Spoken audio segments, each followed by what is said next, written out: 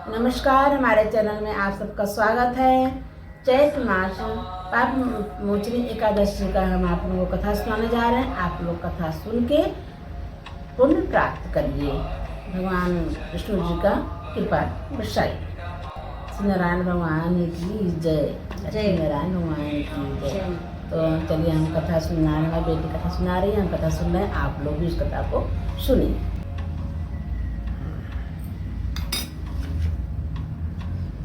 बोलिए चैत्र मास की पाप मोचनी एकादशी की जय। युधिष्ठिर ने पूछा, भगवान फागुन शुक्ल पक्ष की आमल की एकादशी महात्म्य मैंने सुना। अब चैत्र कृष्ण पक्ष की एकादशी का क्या नाम है, यह बताने की कृपा कीजिए।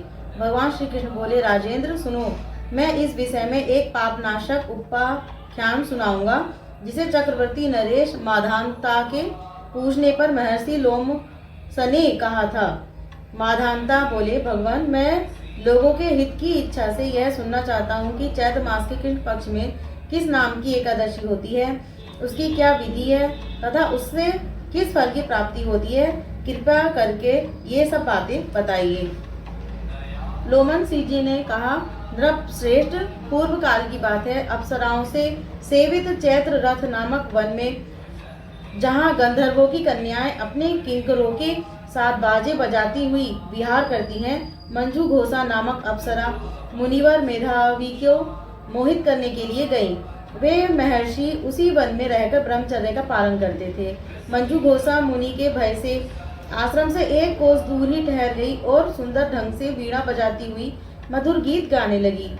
मुनि श्रेष्ठ मेधावी घूमते हुए उधर जा निकले और उस सुंदरी अप्सरा को इस प्रकार गान करते देख सेना सहित कामदेव से परास्त होकर बरबस मोह के वशीभूत हो गए। मुनि की ऐसी अवस्था देख मंजू घोषा उनके समीप आई और बीड़ा नीचे रखकर उनका आलिंगन करने लगी।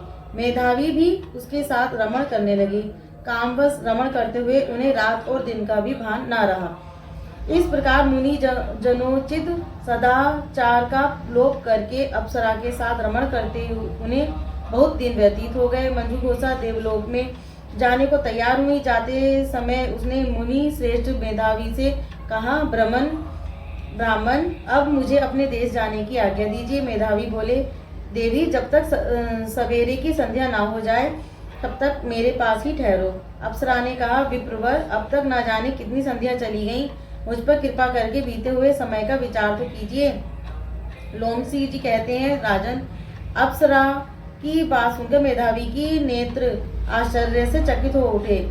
उस समय उन्होंने बीते हुए समय का हिसाब लगाया तो मालूम हुआ कि उसके साथ रहते 57 वर्ष हो गए। उसे अपनी तपस्या का विनाश करने वाली जानकर मुनि को उस पर बड़ा क्रोध हुआ। उन्होंने शाप देते हुए कहा, पापिनी, तू पिशाची हो जा। मुनि के शाप से दग्ध होकर वह विनय से नतमस्तक हो बोली, विप्रवर, मेरे शाप का उद्धार कीजिए। 7 वाक्य बोलने या 7 पद साथ साथ चलने मात्र से ही सत्पुरुषों के साथ मैत्री हो जाती है।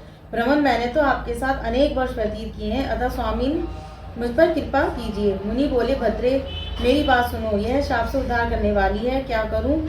तुमने मेरी बहुत बड़ी तपस्या नष्ट कर डाली है। चैत्र कृष्ण पक्ष में जो शुभ एकादशी आती है उसका नाम है पाप मोचनी। वह सब पापों का क्षय करने वाली है। सुंदरी, उसी व्रत करने पर तुम्हारी पिशाचता दूर होगी। ऐसा कहकर मेधावी अपने पिता मुनिवर च्यवन के आश्रम पर गए। उन्हें आया देख च्यवन ने पूछा, बेटा, यह क्या किया तुमने? तो अपने पूर्णों का नाश कर डाला। मेधावी बोले, पिताजी, मैंने अप्सरा के साथ रमण करने का पातक किया है। कोई ऐसा प्रायश्चित बताइए जिससे पाप का नाश हो जाए। च्यवन ने कहा, बेटा, चैत्र कृष्ण पक्ष में जो पाप मोचनी एकादशी होती है उसका व्रत करने पर पाप राशि का विनाश हो जाएगा। पिता का यह कथन सुनकर मेधावी ने उस व्रत का अनुष्ठान किया। इससे उनका पाप नष्ट हो गया और वह पुनः तपस्या से परिपूर्ण हो गए।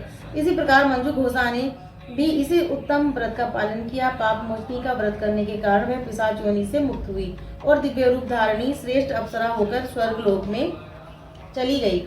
राजन, जो श्रेष्ठ मनुष्य पाप मोचनी एकादशी का व्रत करते हैं उनका सारा पाप नष्ट हो जाता है। इसको पढ़ने और सुनने से सहस्त्र गोदान का फल मिलता है। ब्रह्म हत्या सुवर्ण की चोरी, सुरापान और गुरु पत्नी गमन करने वाले महापातकी भी इस व्रत के करने से पाप मुक्त हो जाते हैं। यह व्रत बहुत पुण्यमय है।